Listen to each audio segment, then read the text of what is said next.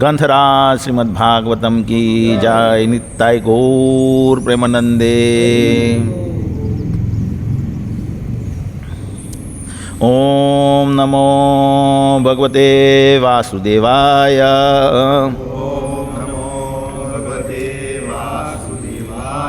ओम नमो भगवते वासुदेवाय।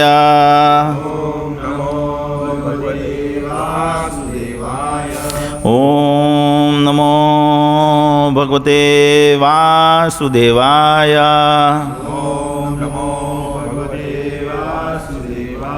नारायणं नमस्कृत्यं नरं चैव नरोत्तमं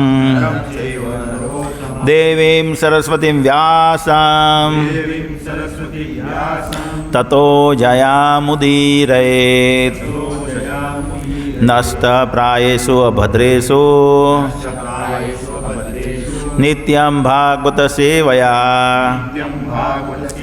भगवत्या उत्तम श्लोके भक्तिर्भवति नैष्ठिकी। ओम अज्ञानतिमिरान्धस्य ज्ञानाञ्जनशलाकया चक्षुरुन्मीलितं येन तस्मै श्रीगुरुवे नमः। श्रीचैतन्य मनोभीष्टं स्थापितं येन भूतले स्वयं रूपः कदा मह्यं ददाति स्वपदान्तिकं। वन्देऽहं श्रीगुरो श्रीयुतपदकमलं श्रीगुरून् वैष्णवांश्च। श्रीरूपं साग्रजातं सगणरघुनाथान्वितं तं सजीवं सावधेतं सावधूतं परिजनसहितं कृष्णचैतन्यदेवं श्रीराधाकृष्णपादान् सगणललिता श्रीविशाखावितांश्च।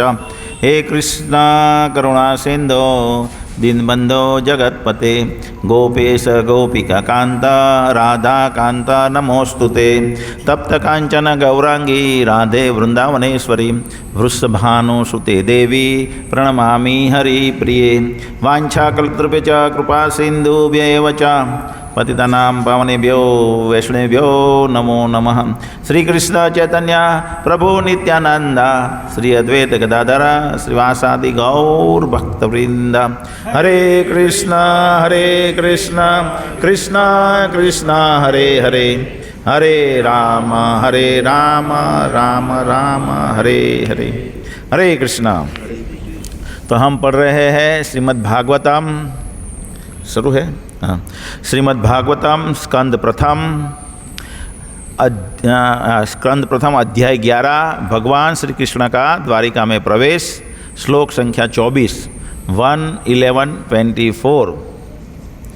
सब लोगों ने निकाला जिनके पास है ये देख सकता है। इसमें तुम इसमें देख सकते, बीच में रखो। राजमार्गम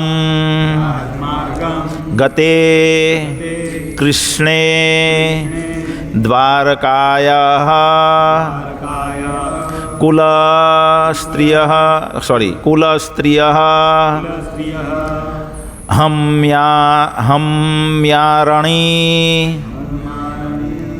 हम्यारणी છે ને હર્મ્યા हाँ ओके हर्म्याणी आरुरुः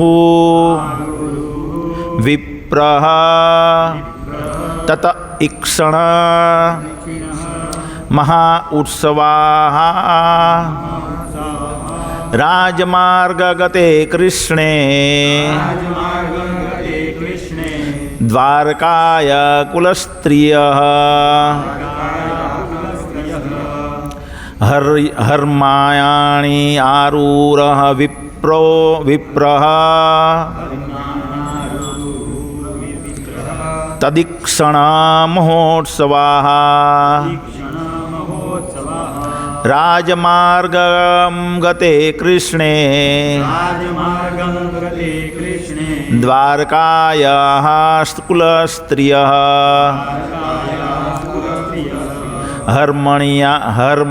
हर्मयाणारूरविप्र तदीक्षणा महोत्सवाः राजमार्गं गते कृष्णे द्वारकायाः कुलस्त्रियः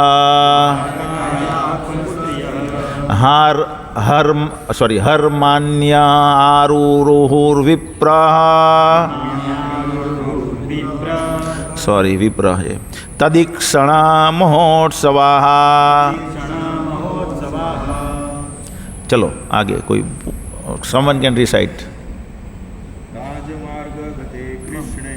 राजमार्गं गते कृष्णे द्वारकायाः कुलस्त्रियः हम्यारण्यारुरुविप्रः तदीक्षणा महोत्सवाः। राजमार्गम प्रमुख सड़कों, मेन हाईवे, वही होता है ना। इसमें क्या लिखा है इंग्लिश में? द पब्लिक रोड इसमें लिखा है, આમ હા અહીંયા પ્રમુખ સડકો લખેલું છે, એટલે આમ સડકો જ થાય, કારણ કે અહીંયા પ્રભુપાદે લખેલું છે પબ્લિક રોડ્સ।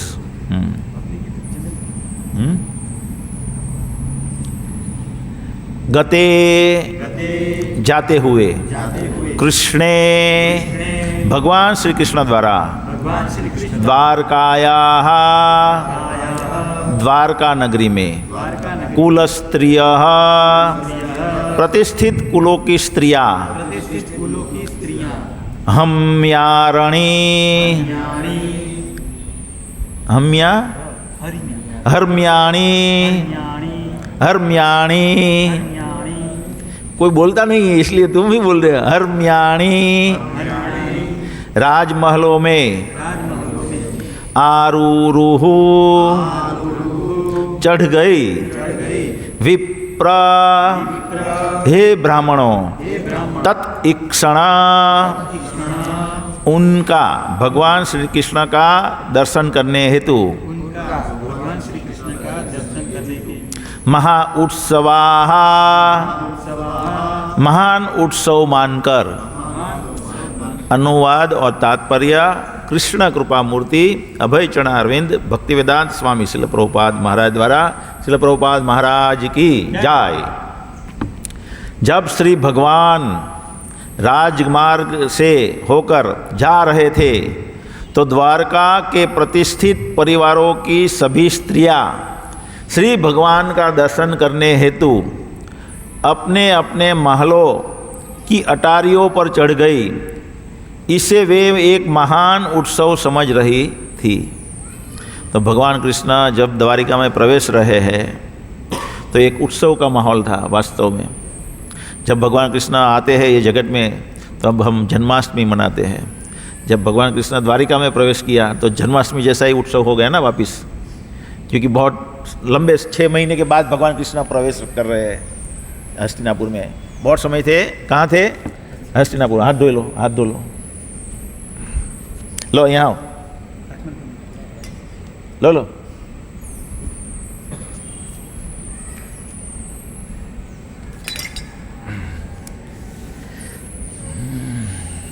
तो क्या है हम, हाँ, हस्तिनापुर में भगवान प्रवेश कर रहे हैं। तो हम देखते हैं क्या कि सब स्त्रियां कहाँ चढ़ गई?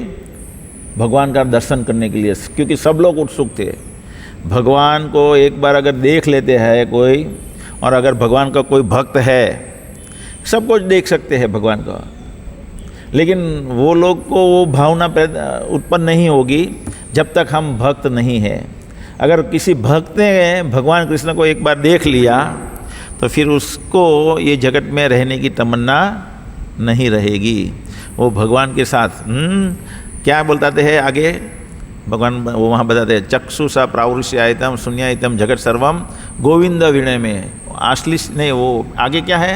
निमिषेन युगायितम निमिषेन चक्षुषा प्रावृष्यायतम। क्योंकि भगवान को देखे बिना भक्त के हृदय में एक एक निमिष, आँख की पलक एक एक युग के समान होती है। डिफ़िकल्ट टू अंडरस्टैंड, भारी है हमें समझना, है ना। शून्यायतम जगत सर्वम गोविंद विरह में, गोविंद के विरह में जगत शून्य भासता है। अभी हमारी ये स्थिति नहीं है, लेकिन हमें प्रार्थना करनी पड़ेगी भगवान को कि भगवान हमें ये क्या भक्ति, ये भक्ति का लेवल है, इसमें से तो मैं तो एकदम निम्न लेवल पे हूँ। कृपा कीजिए कि मेरा भक्ति का लेवल कुछ आए, आपके विरह में मुझे जगत शून्य दिखाई दे, ऐसा है ना। हमारा तो लेवल कुछ है ही नहीं। क्या है लेवल? शून्य दिखाते हैं क्या? नहीं, खाना मस्त मिल जाता है तो गोविंद भूल जाते हैं।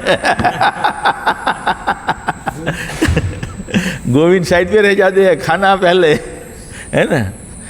तो हमारी अभी ये स्थिति है। हमारी स्थिति कैसी है?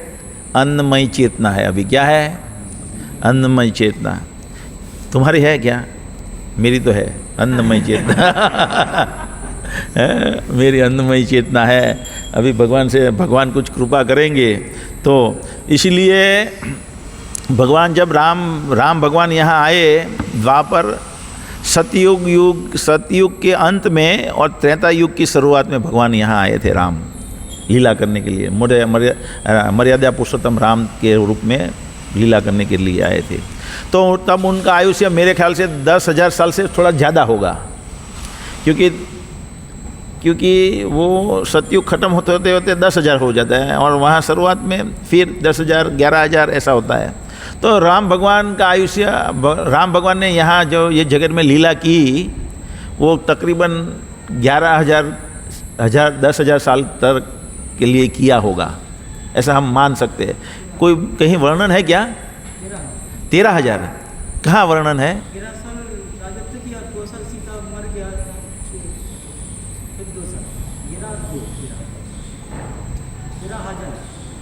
13,000 कहाँ वर्णन है? रामायण में है। ठीक है, तो ये 13,000 वो हम जो समझ रहे हैं वही इसके हिसाब से भगवान राम ने लीला ये जगत पर किया है ना। और ये 13,000 भगवान जब यहाँ थे तो उसमें से 14 साल भगवान को जाना था वन में। कितने साल जाना था? 14 साल। तो वो दशरथ महाराज वो सहन नहीं कर पाए। हम अगर सोचेंगे कि इतना लंबा आयुष्य है तो 14 साल में क्या फ़र्क गिरेगा, क्या फ़र्क होना है। लेकिन शून्यायतम जगत सर्वम गोविंद विरह में, क्योंकि उनको भगवान से इतना प्रेम है कि भगवान के विरह में जगत शून्य हो जाता है। ऐसे वो सहन नहीं कर पाते। जैसे पत्नी है, वो पति का विरह, जब पतिव्रता जो स्त्रियाँ होती है वो पति का विरह सहन नहीं कर पाती, तो क्या करती है? पतिव्रता स्त्री, पति जब मृत्यु हो जाते हैं,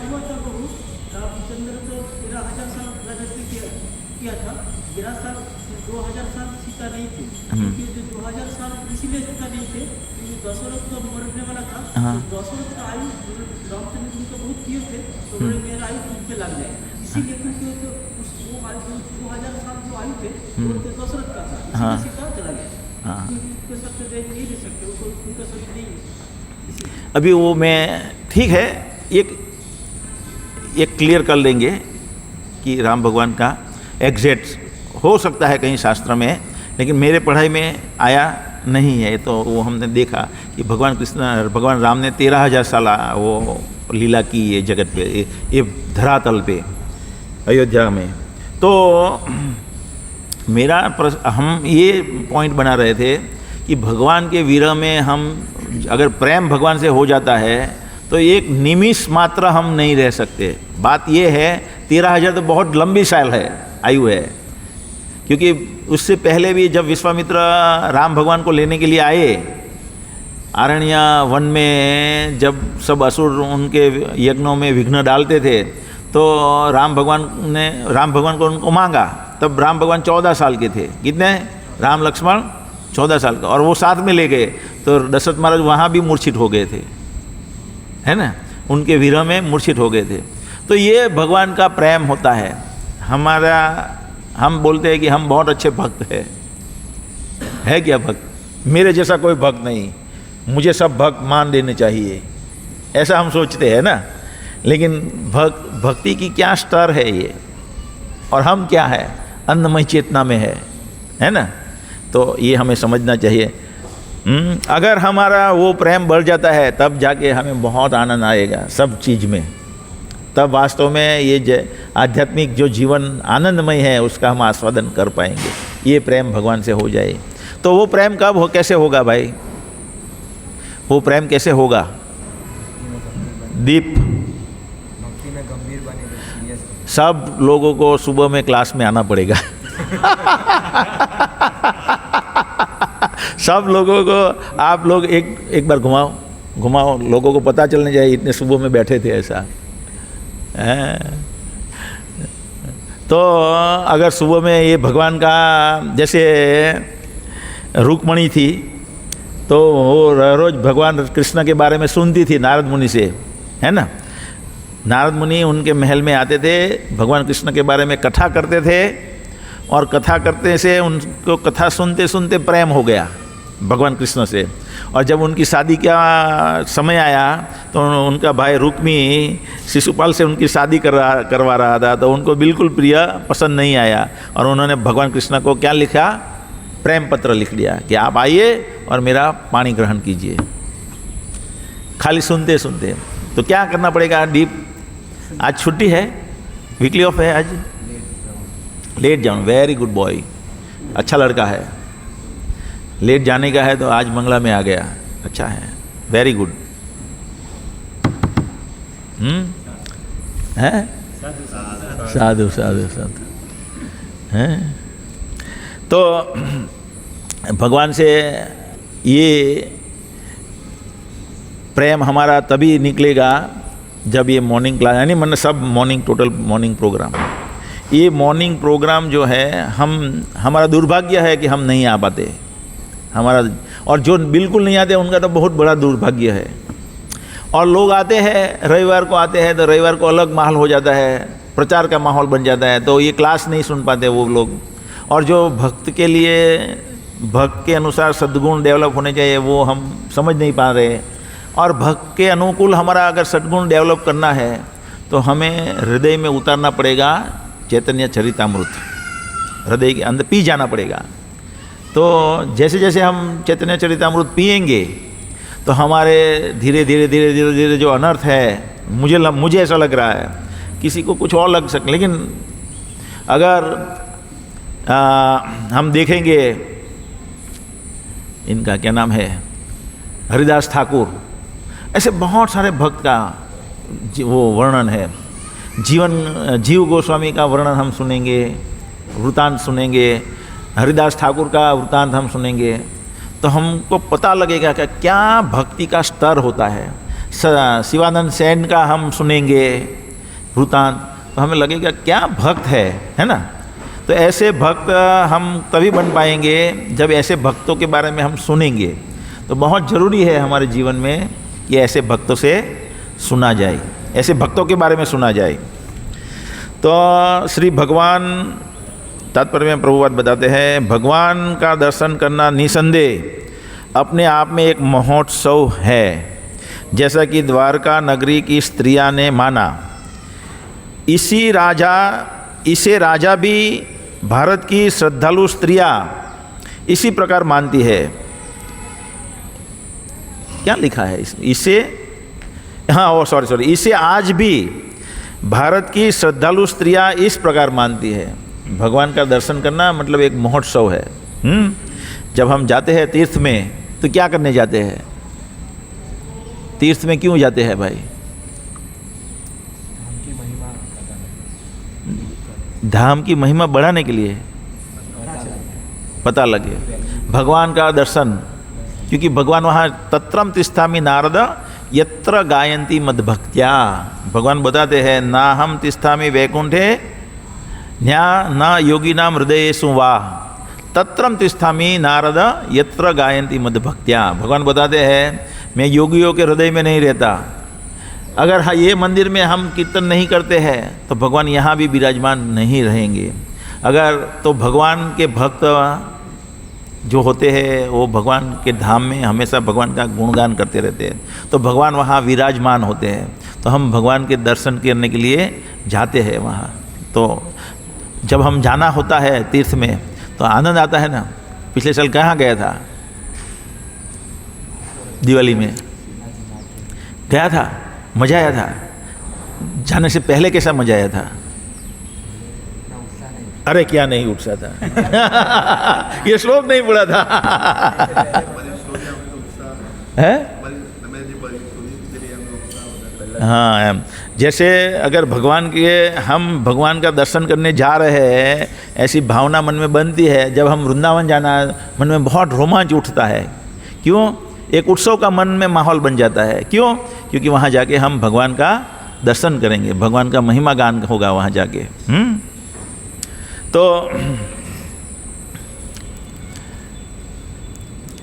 विशेषकर झूलन तथा जन्माष्टमी उत्सव के अवसरों पर श्री भगवान के मंदिर में, जहाँ उनके शाश्वत दिव्य रूप की पूजा की जाती है, स्त्रियां सर्वाधिक संख्या में जुटती है। राजा गोविंद महाराज का मैंने एक प्रवचन सुना था, ये बहुत समय, आज 15-20 साल पहले की बात है। तो भारत की प्रणाली ऐसी है कि संस्कृति हमारी कितनी अच्छी है कि स्त्री जो है ना तुरंत फिसल जाती है और उनका एक भावुक नेचर होता है। तो स्त्री, और एक श्राप भी मिला था कोई स्त्री का, वो बता रहे थे कि स्त्री में के हृदय में, पेट में कुछ बात नहीं छुपती। कहाँ से श्राप मिला था ये? है? हाँ, युधिष्ठिर महाराज ने क्या बताया था? हाँ, कुंती महारानी के का वो बात कहते हैं ना। हाँ, बताया उन्होंने श्राप दिया कि आज के बाद किसी स्त्री को। हाँ, तो राजा गोविंद महाराज बताते हैं आज भी गांव-गांव में भागवत बैठती है और सब स्त्रियां आ जाती है, ज़्यादातर स्त्रियां आती है। लेकिन फिर वहाँ सब कुछ सुनती है। फिर जहाँ कहीं पति ने कुछ बताया होगा कि ये बात नहीं, अरे सुनती हो, पेट में बात नहीं रहती, बताने का मन, किसी को बताना मत, ये बात है। तो वो भी बताती है दूसरे को, किसी को बताना मत, ये बात है। ऐसे बात चलती रहती है स्त्रियों की। तो स्त्रियों में क्या है, इसलिए उनको, हमारी संस्कृति ऐसी है, उनको धार्मिक कार्यों में छोड़ दिया गया है। तो ज़्यादातर भजन गाती रहती है। एकादशी को हम देखते हैं, संत देवी रोड पे चले जाते हैं, जहाँ हमारे काठियावाड़ी के समाज, जहाँ अभी काठियावाड़ी भी मॉडर्न हो गए लेकिन जहाँ अभी भी जो रुधिवाड़ी है, तो वहाँ एकादशी को भजन गाते हैं, है ना। तो जैसे हम देखते हैं ये अलूणा व्रत, क्या बोलते हैं उसको? गौरी व्रत। तो गौरी व्रत के समय सब अब पता ही नहीं चला इस साल भाई चलता है क्या? बहुत ओछो थी गयो। तो ये सब प्रणाली क्या थी? स्त्रियों को धार्मिक वृत्ति में जोड़ने का। ये नख रंगन करते हैं, क्या कहें, नेल पॉलिश करते हैं। नेल पॉलिश करना वैदिक पद्धति है क्या? है? नहीं है? हैं?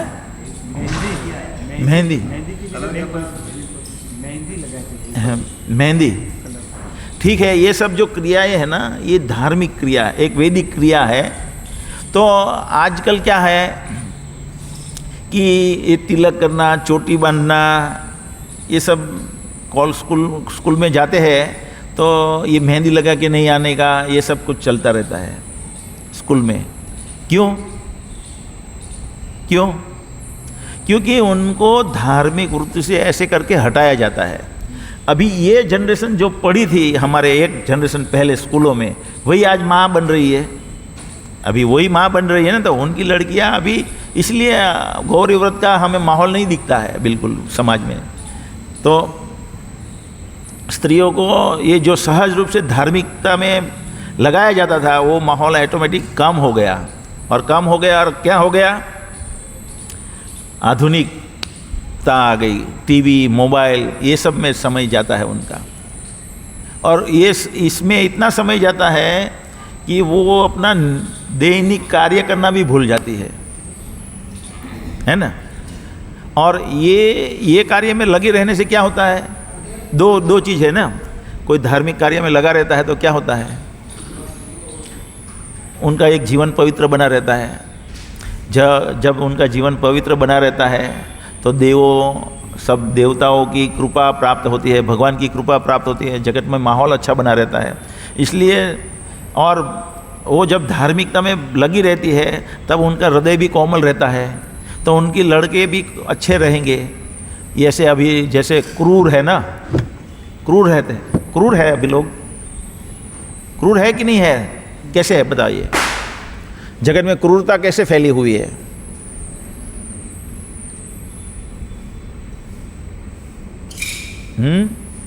अभी देखो ऐसी स्त्रियाँ का लड़के लोग होते हैं तो वो कुछ भी किसी का गलत करना, अगर मैंने दीप को 5 लाख रुपया दिया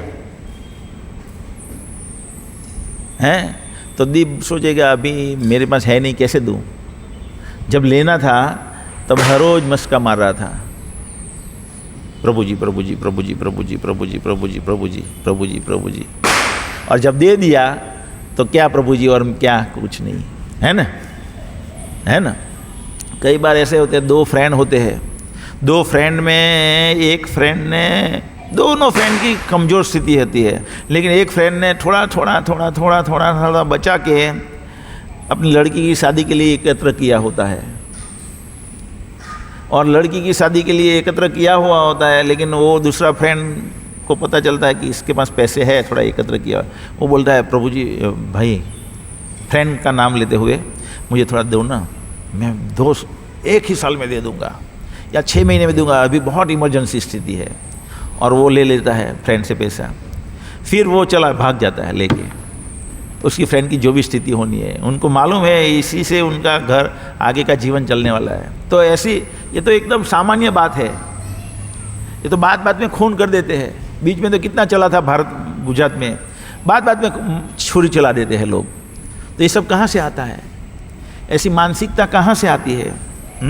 सरकार बोलती है कि भाई कायदा कानून की व्यवस्था रही नहीं, कानून का किसी को डर नहीं रहा।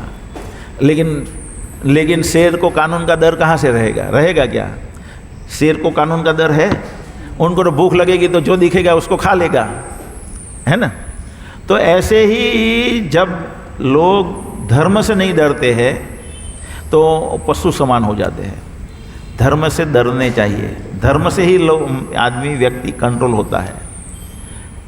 उनकी इनर नेचर जो कंट्रोल होने की है वो धर्म से होती है। तुम फोर्सफुली किसी को भय से नहीं कंट्रोल कर सकते। वो धर्म जो भगवान को प्रेम करना है तो भगवान को नहीं अच्छा लगेगा, ये देखने से वो कंट्रोल होता है। इसलिए प्रभुपाद एक प्रवचन में बताते हैं कि पहले भी कश्मीर चाइना हुआ करता था पहले के ज़माने में, और तभी भी भारत होता था, और अभी भी चाइना है और भारत है। लेकिन हिमालय की छोटी सी जगह जहाँ मैन पावर बसाना बहुत टफ है, वो जगह के लिए मारामारी चल रहा है। क्यों? क्योंकि धर्म विहीन हो गए तो छोटी छोटी बात में पशु की ज़्यादा झगड़ते हैं। इसलिए धार्मिक वृत्तियों में जोड़ना बहुत ज़रूरी है। और हमारी संस्कृति ऐसी थी कि स्त्रियों को ऐसी धार्मिक वृत्तियों में जोड़ा जाता था, लेकिन आधुनिक स्कूल पद्धति है उसको बर्बाद कर दिया। आधुनिक ये स्कूल पद्धति है क्या, शिक्षण पद्धति बोल देंगे, आधुनिक शिक्षण पद्धति ने ये सब कुछ बर्बाद कर दिया। और हमारा ये लड़का है कि पढ़ना चाहता है स्कूल में और कितने सारे वीडियो आते हैं, पढ़ने से कुछ फ़ायदा नहीं, हमें स्किल डेवलप करनी होती है कि नहीं? आगे बढ़ते हैं।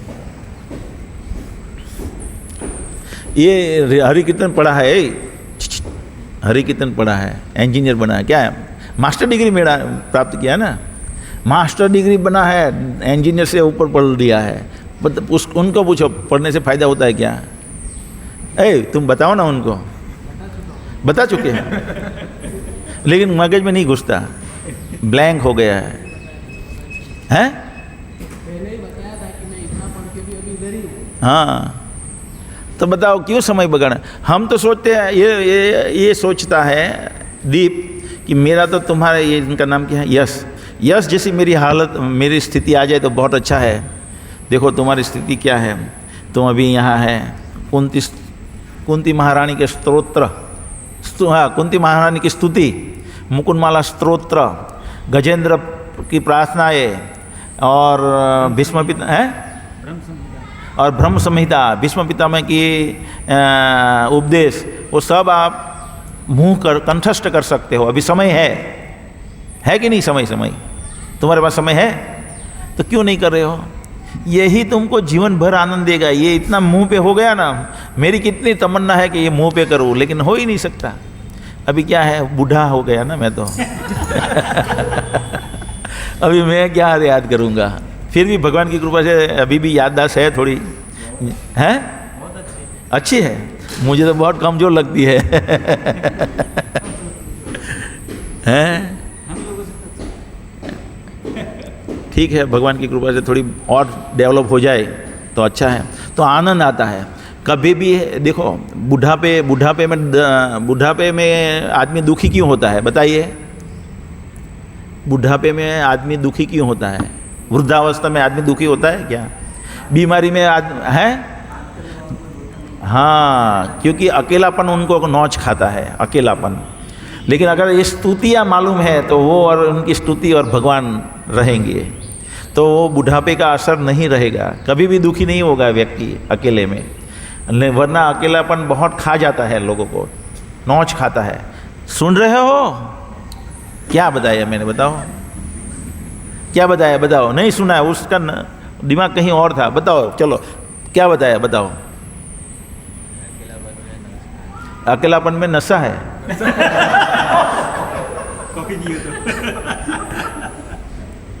अकेलापन में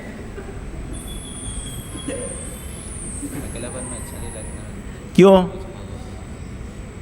तो उसको कैसे निवारा जा सकता है? हैं? भक्त तो है नहीं, अकेलापन है ना है? हाँ, એક મેં મારી પેલી છે, તમારે દરરોજ બધાએ મેં એનાઉન્સ કરવાનો છું, મારા પપ્પાની સ્થિતિ ખરાબ છે, એટલે દરેક વ્યક્તિએ સવારે આવવાનું, થોડુંક ભાગવત પઢવાનું, કીર્તન કરવાનું અને 1 કલાક એને ભક્તિમાં જોડવાનું। हाँ, घरे सब लोग आएंगे, भागवत का एक श्लोक लेगा, जो भी अच्छा लगे आज हम ये पढ़ेंगे, ऐसा करके पढ़ने का। वो अभी बैठ नहीं पा रहे हैं, फिर भी सोते सोते सुनेंगे। ऐसे तंदुरुस्त है, लेकिन शरीर बहुत दर्द करता रहता है। ऐसे कुछ नहीं है, सुनते हैं, प्रार्थना करते हैं, अभी बताते हैं कि मेरे कुछ पाप हो गए, मुझसे कुछ गलत हो गया, इसलिए भगवान ने मेरे को ये दिया। ऐसा सब उनकी चेतना है। लेकिन वो क्या है, ये प्रथा हम आज शुरू करेंगे तो प्रथा ये सबके पिता के लिए रहेगी। फिर जब किसी के भी पिता कमज़ोर हो जाए तो जाके वहाँ क्लास करने का, और वो मॉर्निंग में करना अच्छा रहेगा। तो कौन कौन रेडी है? 2 3 4 तुम जाएगा? हरि कीर्तन तुम नहीं जाएगा? दीप तुम जाएगा? डेली नहीं, તમારે એનાઉન્સ કરી દેવાનું કે આ બુધવારે હું જવાનો છું, એટલે બીજો બધાને ખબર પડી જાય કે આ બુધવારે આ જવાનું છે, એટલે વાત પતી ગઈ। પેલો કે ગુરુવારે હું જવા, પેલો કે હું શુક્રવારે જવા, એમ એનાઉન્સ। હા, જોડાઈ શકે। હા, બુકમાંથી વાંચીને સમજાવવાનું। होगा भाई, तुम जाएगा? रोज जा सकता है हाँ, बोलता नहीं है और अंदर अंदर सोचता रहता है। अंदर बहिर्मुख है या अंतर्मुखी है? देखो, अंतर्मुखी लोग कहते ना, देखो मैं मेरा स्वभाव अंतर्मुखी है। वैसे मैं होलिस्टिक नेचर हम देखेंगे अगर, तो अंतर्मुखी है। अंतर्मुखी को अकेलापन खा जाता है, लेकिन उनको भगवान की और ये जो सब प्रार्थनाएं से मेल खा गया है तो अंतर्मुखी सुखी रहता है।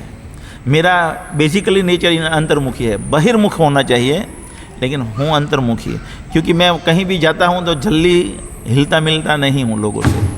इतना मेरा मिलनसार स्वभाव बोलते हैं ना, वो मिलनसार स्वभाव नहीं है। क्यों मिलनसार स्वभाव नहीं है इतना? क्योंकि मैं अंतर्मुखी हूँ। तो बहिर्मुख होना भी अच्छा है, लेकिन फिर अगर बहिर्मुखी है तो वो उसकी साधना बराबर नहीं होती है दोनों में थोड़ा थोड़ा प्रॉब्लम है। तो ये अंतर्मुखी थोड़ा ज़्यादा है। तो अंतर्मुखी को तो भगवान से प्रेम होना पड़ेगा, तो कभी अकेलापन खाएगा नहीं है। क्यों ऐसा बहते हैं? हाँ, अभी थोड़ा आया। अरे ऐसे थोड़ा सामने वाले को बात करने का मन करे तुमसे, ऐसे रहो। कल कैसे उत्साह में था, है ना? ठीक है, चलो। तो कहाँ थे हम? हाँ, वहाँ जाके कीर्तन करने का।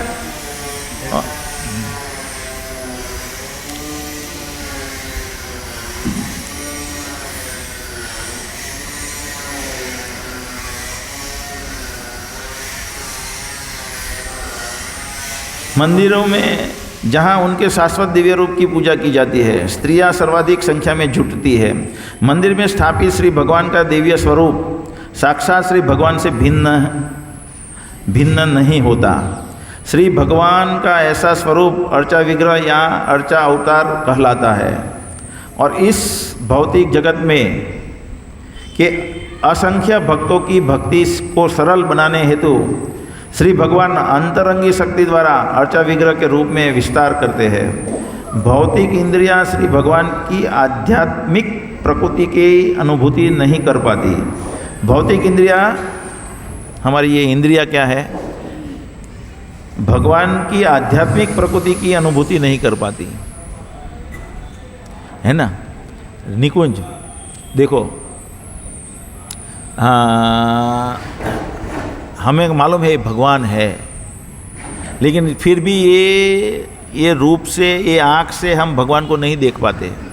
इसलिए एक माहौल बनाना पड़ता है, और वो माहौल से हमारी और उत्कंठा बढ़ती है, भावना बढ़ती है। जैसे दूसरा, कल के एक वो सत्वगुणी वातावरण की बात करते हैं। हम प्रयत्न करते हैं कि हम जहाँ रहते हैं वहाँ वातावरण बना लेंगे, है ना? लेकिन वो वातावरण हमने अपने प्रयोजन से बनाया है। तो अपने प्रयोजन से कोई वो जाली पे से गिर गया मानो ऊपर से, और उसने ये सड़िया पकड़ लिया। कितनी देर पकड़, उसको मालूम है पढ़ूंगा तो गिर लग जाएगा, मुझे पकड़ के रखना है। अपने प्रयत्न से पकड़ के रखेगा, लेकिन कितनी देर पकड़ के रखेगा? और वही व्यक्ति जमीन पे आके खड़ा होता है तो उसके लिए सरल होता है खड़ा रहना, है ना? तो ये सहज वातावरण की बात होती है कि कोई व्यक्ति बहुत, मानो एक ब्रह्मचारी है, उनके लिए उनके मन में बहुत भावना है भगवान को भजने की, और वो भगवान की भक्ति में एकदम स्ट्रांग है बहुत, यानी उनके मन में सेवा करने की वृत्ति एकदम प्रबल है, क्योंकि भगवान से प्रेम हुआ है। लेकिन वही व्यक्ति हर रोज ऐसी लड़कियों के बीच में रहेगा जो कामुक है और जो मस्ती मजाक करती रहती है लड़कियां, और हाफ पैंट, क्या बोलते हैं, हाफ शॉर्ट्स पहनती रहती है। और ऐसे मजाकिया वातावरण में अगर कोई ब्रह्मचारी रह सकता है? उनके अंदर तो भावना तो है, मैं ये बना के रखूं, और फिर वो ब्रह्मचारी के बीच में रहता है। तो सरल वातावरण कहाँ है ब्रह्मचारी टिकने का? कहाँ है? इसलिए वातावरण हमारे पे इफेक्ट करता है। हमारी ये भावना अच्छी है, हम बना के भी रख सकते हैं, लेकिन वो लंबा समय हम टिक नहीं सकते। लंबे समय तक हम लटक के नहीं रह सकते, थोड़े समय तक लटक के रह सकते। इसलिए हमारे नेचुरल जो वृत्ति है, वो नेचुरल भक्ति हम करना चाहते हैं, वो कहाँ हो सकती है भाई? फार्म में। कहाँ हो सकती है? फार्म में। मानो हरि कीर्तन रहता है एक घर में, बाजू मस्त घर है, कुटीर है आपकी, एक गांव बना दिया, एक मस्त कुटीर बना दी हरि कीर्तन की, बाजू में तुम्हारी एक कुटीर बना दिया है, या हरि कीर्तन जैसे 2-4 ब्रह्मचारी रहना चाहते हैं उनका एक कुटीर है थोड़ा नज़दीक में, फिर एक रणधीर का कुटीर है, फिर एक निकुंज का कुटीर है, फिर एक महेंद्र का कुटीर है। अपने जो शादी करना चाहता है वो बच्चों लड़कों के साथ वहाँ रहता है, और जिनको जो कमाई करनी है वो बाजू पीछे थोड़ा खेत है वहाँ जाके खेती कर लेता है, और सुबह में हर रोज़ क्लास होता है। अच्छा लगेगा क्या? अच्छा लगेगा? अच्छा लगेगा निकुंज? हैं? अच्छा लगेगा? तो ये वातावरण में सहज रूप से, नेचुरल रूप से भक्ति हो जाती है। कभी मन किया, निकुंज को थोड़ा माया ने अटैक कर दिया, चलो थोड़ा व्हाट्सएप देख लो, तो निकुंज व्हाट्सएप देख लेगा, घर जाएगा तो। लेकिन वो गुरुकुल में होगा तो नहीं देख पाएगा, बहुत टफ हो जाएगा उसके लिए, है ना। तो ये सपोर्ट मिलता है, ये वातावरण क्या देता है हमें, गिरने से हम गिरने वाले हैं लेकिन सपोर्ट दे देते हैं आगे ये वातावरण। इसलिए वातावरण की बहुत आवश्यकता है। इसलिए प्रभुपाद बुलाते हैं ना, ये लोग क्यों, प्रभुपाद ने देखा कि मैंने बहुत सारे लोगों को ब्राह्मण दीक्षा दिया, मैंने बहुत सारे लोगों को संन्यास दिया, सब लोग गिर रहे हैं, पतन हो रहा है सब लोगों का। क्यों पतन हो रहा है? क्योंकि वातावरण में, ऐसे वातावरण में वो रह रहे हैं। इसलिए प्रभुपाद बताते हैं कि मुझे इसलिए अभी फार्म कम्युनिटी, अगर फार्म में रहेगा तो गिरने का बहुत चांसेस कम है ना। और हमने देखा, मैंने देखा कि जो लोग फिलोसॉफी समझ पाते हैं ना, फिलोसॉफी इसको गहनता से अगर समझ पाते हैं ना, वो फार्म में टिक जाते हैं। जो थोड़े भावुक होके फार्म में आए हैं ना, और जिनके अंदर एक वो वृत्ति हो गई है कि मेरा शहर में जीवन कठिन है, मैं फार्म में जाऊंगा तो आराम से जीऊंगा, ऐसे लोग अगर फार्म में आ गए तो भी वो लोग नहीं टिकेंगे वहाँ। जो फिलोसॉफिकल इंक्लाइंड माइंड है, जो फिलोसॉफिकल एटीज समझते हैं, तो वो लोग फार्म में टिकने का चांसेस बहुत हो जाता है। तो हमारा एक प्रकल्प ये भी होना चाहिए, क्या होना चाहिए हैं, फार्म कम्युनिटी। क्योंकि प्रभुपाद की इच्छा है, अपने गुरु महाराज की इच्छा है। तो ऐसा अगर हम हमारे गुरु महाराज को प्रसन्न करना चाहते हैं तो उसके लिए हमें एक अच्छा फार्म बनाना भी पड़ेगा। और वो हमारे, इसलिए हमने बाहर बोर्ड रखा है, इसलिए सबको ये क्वेश्चन आना चाहिए, ये क्या कहना चाहता है, ये क्या लिखा है, पुस्तक वितरण और फार्म कम्युनिटी, कृषि समुदाय हमारे ठोस प्रकल्प है। और आगे की लाइन मैंने नहीं लिखी, ये पूरी दुनिया को बदल सकती है। आगे की लाइन मैंने नहीं लिखी, ये प्रभुपाद का सूत्र है, ये पूरी दुनिया को बदल सकती। तो ये पढ़ने के बाद व्यक्ति सोचना चाहिए कैसे होगा, तो हो सकता है ना, आसानी से हो सकता है। अभी हमने समझा उससे। तो भगवान जो है, बाहर हम बना सकते हैं वातावरण, लेकिन मंदिर में आएंगे तो भगवान का हम दर्शन कर पाते हैं। इसलिए हमें एक वातावरण चाहिए, इसलिए भगवान अर्चा विग्रह रूप में आते हैं। हमें ये पुस्तक, ये ज्ञान के रूप में बताया जाए भगवान ऐसे है, लेकिन वो रूप से हम भगवान में मन नहीं लगा सकते। अगर मंदिर नहीं है, अर्चा विग्रह नहीं है मानो, और ये सब शास्त्र है और शास्त्र में भगवान का वर्णन है, तो हमारा मन भगवान में लग सकता है क्या? सामान्य लोगों के लिए 90%, 95% लोगों के लिए टफ हो जाएगा भगवान में मन लगाना। लेकिन अगर मंदिर है जहाँ अर्चा विग्रह है, और अर्चा विग्रह के रूप में भगवान हमें दर्शन देते हैं, कृपा देते हैं, तो धीरे धीरे हमें भगवान का दर्शन, तो हमारी भक्ति डेवलप होती है, हमारे भगवान के प्रति प्रेम बढ़ता है। आसान है ना। इसलिए भगवान अर्चा के विग्रह के रूप में आते हैं। और इस भौतिक जगत के असंख्य भक्तों की भक्ति को सरल बनाने हेतु श्री भगवान अंतरंगी शक्ति द्वारा अर्चा विग्रह के रूप में विस्तार करते हैं। भौतिक इंद्रियां श्री भगवान की आध्यात्मिक प्रकृति की अनुभूति नहीं कर पाती, अतएव श्री भगवान अर्चा विग्रह के अर्चा विग्रह रूप का स्वीकार करते हैं, जो बाह्य रूप से मिट्टी, काष्ठ तथा पत्थर का बना होता है, लेकिन इसमें कोई भौतिक कल्मश नहीं होता। श्री भगवान केवल्य एकाकी होने के कारण उनमें कोई भौतिक पदार्थ नहीं है। नैस्त्रे गुणीय भवार्जुन, निर्गुण। जब भगवान को निर्गुण बताते हैं तो क्या उसका मतलब क्या है? हाँ, निर्गुण है मतलब भगवान का रूप नहीं है, ऐसा नहीं है। भगवान का रूप है लेकिन भौतिक रूप नहीं है, ये है। कभी कभी लोग क्या मिसअंडरस्टैंडिंग करते हैं, भगवान निर्गुण है, निर्गुण निराकार। निर्गुण है, निराकार है, मतलब निर्गुण को निराकार के साथ एक समान मान लेते हैं। तो वो वास्तविकता, निर्गुण का मतलब है ये भौतिक कल्मश, भौतिक जो पदार्थ है, भौतिकता उसमें बिल्कुल नहीं है, वो दिव्य है। भौतिकता का क्या अर्थ मतलब बताइए? जैसे यहाँ बताया गया है भगवान काष्ठ यानी लकड़े के हैं, अर्चा विग्रह लकड़े के रूप में होते हैं, मिट्टी के रूप में होते हैं, मेटल के रूप में हो सकते हैं, तो वो उसमें भौतिकता नहीं होती है। तो ये है, फिर भी उसमें से भौतिकता भगवान ने निकाल ली है ना। देखो दिव्य देह होता है, प्रभुपाद कितनी बार वो पटेल, मिस्टर पटेल को बताते थे कि गुरु जो है उसका शरीर उसका शरीर क्या है? आध्यात्मिक शरीर है, वो भौतिक शरीर नहीं है। तो वो समझ ही नहीं पाता था। तो प्रभुपाद बताते थे कि एक लोहे का टुकड़ा ले लो, लोहे का टुकड़ा जो है वो इतना गर्म करो, इतना गर्म करो कि वो आग के समान हो जाए। फिर वो लोहे का टुकड़ा लोहे के रूप में काम नहीं करता, वो आग हो गया है। अभी किसी को ये समझता नहीं है, तो मैं बोलता हूँ ठीक है श्रीरंगम जाइए, वहाँ रामानुजाचार्य बैठे हैं, देख के आइए।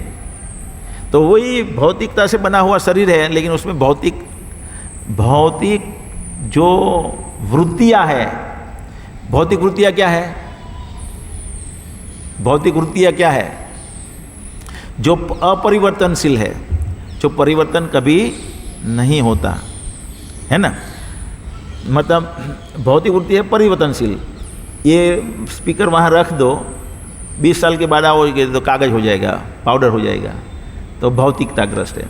लेकिन करोड़ साल के बाद भी वो ऐसा का ऐसा रहेगा, तो उसमें से वो दिखता है भौतिक, लेकिन उसमें से भौतिकता निकाल दी गई है। तो ये वो जो हम अर्चा विग्रह देखते हैं वो होता है भौतिक पदार्थ का, लेकिन उसमें से भौतिक वृत्तियाँ निकल गई है। समझ में आया ना? तो वहाँ श्री रामानुजाचार्य का देह है अभी भी, 1000 साल हुए। कितने 1000 साल हुए? ऐसे हैं ना, ऐसे मंदिर है, ऐसे बैठे हैं, हम दर्शन कर सकते हैं, टच कर सकते हैं। हाँ, 1000 साल से नहीं मालूम, मैंने बताया ना कितनी बार। नहीं, दिव्य देह में है। अगर दिव्य देह क्या होता है वो नहीं मालूम है तो वहाँ जाके अनुभव कर लो। समझ में आया ना?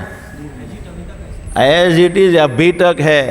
मैं तो 3-4 बार जाके दर्शन भी किए हैं ना, ऐसे ही खुले हैं।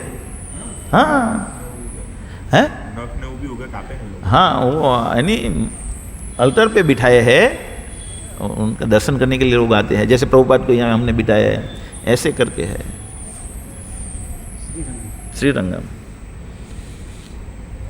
जाना है हैं? चलो चले दिवाली पे हैं? कहाँ मम्मी करके? किसने बताया? नहीं, मैंने तो 3 बार दर्शन किए ना मंदिर में, ऐसे ही है, मम्मी के रूप में नहीं है। हैं? ऐसे सिटिंग पोजीशन में है ऐसे। हाँ, ऐसे ही।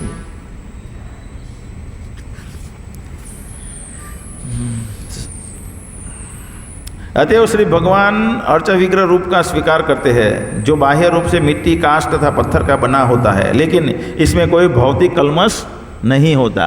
तो ये अर्चा विग्रह दिखता है भौतिक पदार्थ से बना, लेकिन उसमें भौतिक कल्मश नहीं होता, वो दिव्य होता है। जो प्रभुपाद बताना चाहते थे मिस्टर पटेल को मॉर्निंग वॉक में, वो पटेल समझ ही नहीं पा रहे थे कि एक गुरु है उसका शरीर आध्यात्मिक होता है। हमें लगता है भौतिक, हमारे जैसे ही वो खाते हैं, हमारे जैसे ही सब दैनिक क्रिया करते हैं, लेकिन उनका शरीर फिर भी आध्यात्मिक है, ये समझना मुश्किल है।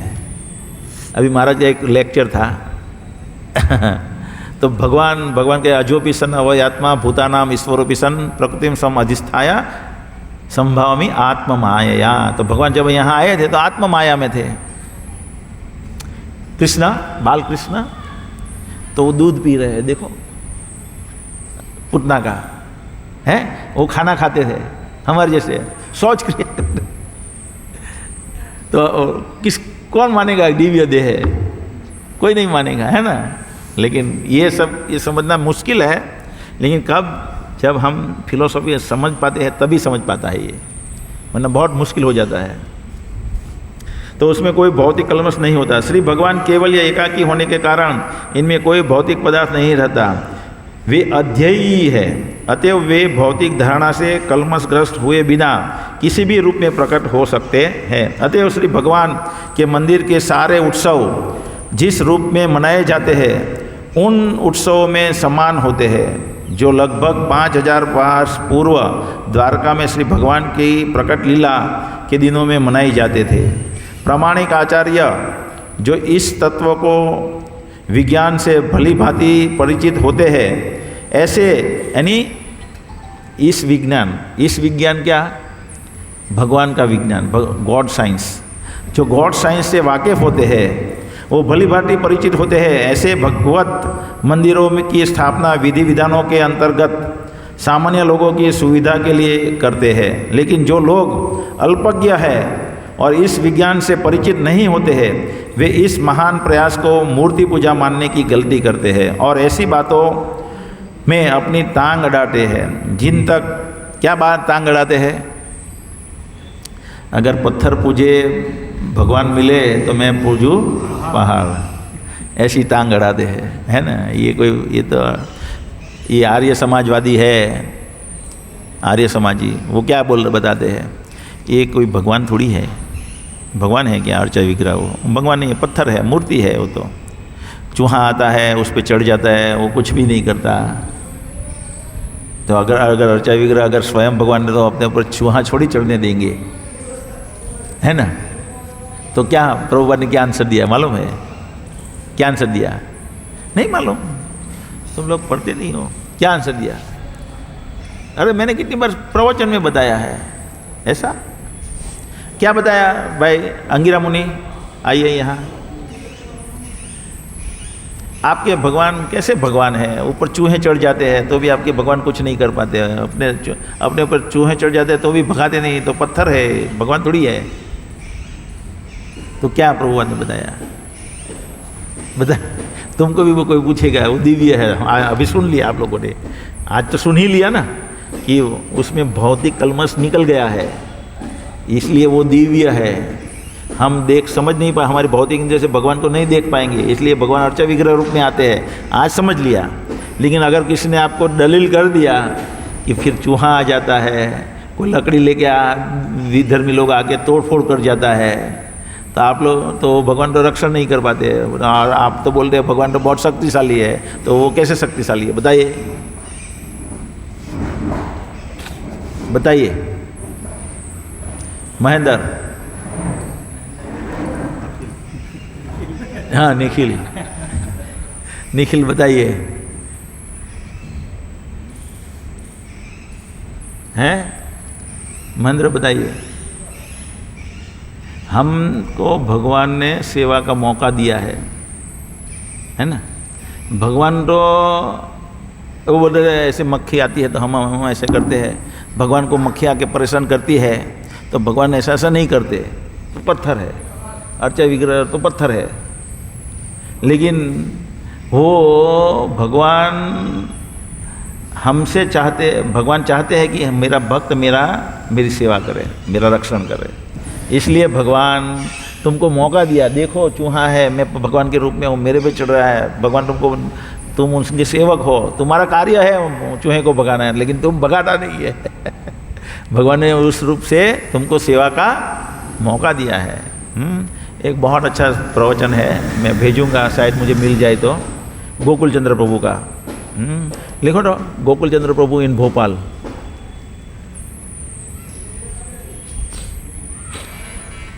तुम ढूंढो, तब तक मैं आगे बढ़ता हूँ। हैं, ऐसे भगवत मंदिरों की स्थापना विधि विधानों के अंतर्गत सामान्य लोगों की सुविधा के लिए करते हैं, लेकिन जो लोग अल्पज्ञ हैं और इस विज्ञान से परिचित नहीं होते, वे इस महान प्रयास को मूर्ति पूजा मानने की गलती करते हैं और ऐसे बातों में अपनी टांग अड़ाते हैं जिन तक उनकी पहुंच नहीं होती। अतएव वे स्त्रियां या पुरुष जो श्री भगवान के दिव्य स्वरूप की झांकी प्राप्त करने हेतु श्री भगवान के मंदिर में उत्सव रचाते हैं, श्री भगवान के दिव्य रूप में विश्वास न करने वालों से 1000 गुना धन्य है।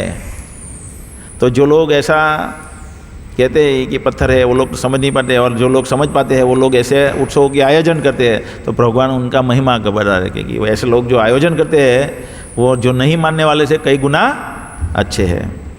इस श्लोक के से प्रतीत होता है कि द्वारिका के निवासी बड़े बड़े महलों के स्वामी थे।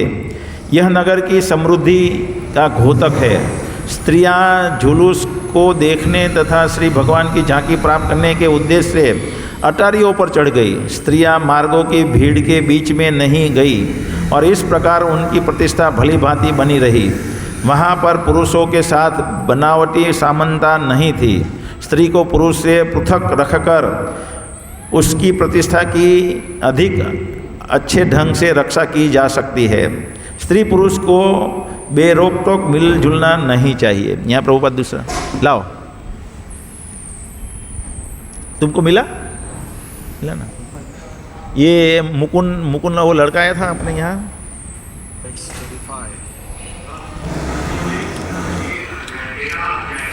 30 मिनट का श्लोक है। Please repeat. Iti Purodasham Niravapam Shipi Vishtaya Vishnave Iti Vyavasita Vipra Tasya Ragyav Prajataye 5 minute सुनाएंगे।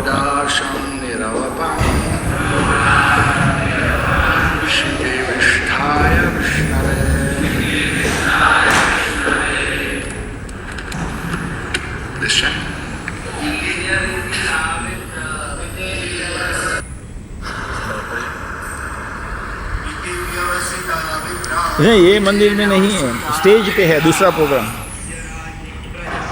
स्टेज पे એ મેં મોકલી દેવા સુધીને, એમાં Hindi translation sentence to sentence લાવો। વ્યાસપીઠ हैं? नहीं, कांचीपुरम नहीं।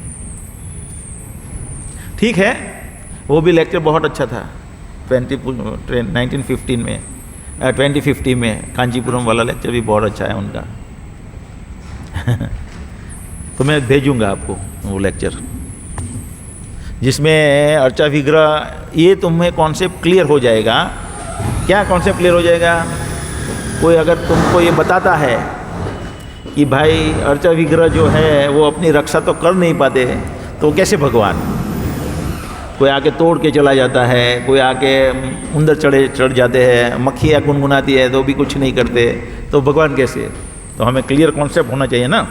ये क्लियर कॉन्सेप्ट इससे मैं भेजूँगा। हरे कृष्णा। अच्छा है, भेजो क्या नहीं?